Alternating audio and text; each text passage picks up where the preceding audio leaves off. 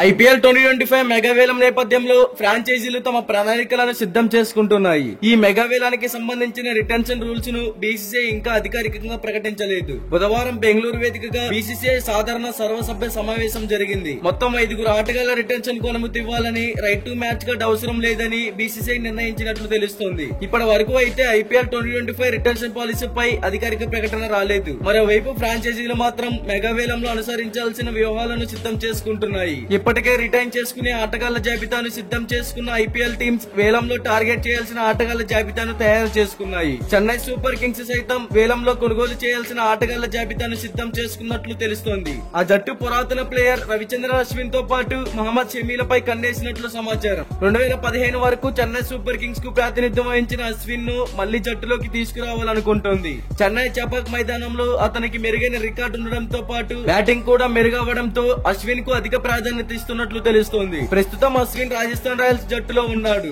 అతని ఆ జట్టు వేలంలోకి వదిలేస్తే కొనుగోలు చేయాలని సీఎస్కే భావిస్తోంది. తమిళనాడు ప్రీమియర్ లీగ్ లో కూడా అశ్విన్ అసాధారణ ప్రదర్శన కనబరిచాడు. బౌలర్ గా టాప్ ఆర్డర్, బ్యాటర్ గా తన జట్టు ఛాంపియన్స్ గా నిలవడంలో కీలక పాత్ర పోషించాడు. అశ్విన్ ని తీసుకునే విషయంపై సీఎస్కే సీఈఓ కాశీ విశ్వనాథ్ స్పందించాడు. అతను చేరితే చెన్నై జట్టు మరింత బలోపేతం అవుతుందని చెప్పాడు.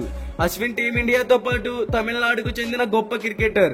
అతను జట్టులో చేరితే జట్టు బలోపేతం అవుతోంది. మా అకాడమీకి పెద్ద బూస్ట్ లభిస్తోంది అని చెప్పుకొచ్చాడు. సీఎస్కే తరపున 97 మ్యాచ్లు ఆడిన అశ్విన్ 90 వికెట్లు తీశాడు. అశ్విన్ తో పాటు మహమ్మద్ షమీపై కూడా సీఎస్కే కన్నేసినట్లు తెలుస్తుంది. 2019లో అతని కోసం సీఎస్కే ప్రయత్నించగా పంజాబ్ కింగ్స్ సొంతం చేసుకుంది. ఈసారైనా అతన్ని దక్కించుకోవాలని సీఎస్కే ప్రణాళికలు రచిస్తోంది. ప్రస్తుతం మహమ్మద్ షమీ గుజరాత్ టైటన్స్ టీమ్ లో ఉన్నాడు. ఒకవేళ వీళ్ళిద్దరిని ఆక్షన్లో సీఎస్కే టీం బై చేస్తే సీఎస్కే టీం పర్ఫార్మెన్స్ 2025 ఐపీఎల్ లో ఎలా ఉంటుందని మీరు అనుకుంటున్నారో కామెంట్ చేయండి. ఇలాంటి ఐపీఎల్ యాక్షన్ కి సంబంధించిన ప్రతి టీం యొక్క ఇన్ఫర్మేషన్ మీరు తెలుసుకోవాలి అనుకుంటే మన ఛానల్ ని సబ్స్క్రైబ్ చేసుకోండి. అలాగే ప్రక్కన ఉన్న గంట సింబల్ యాక్టివేట్ చేసుకోండి. Thank you for watching.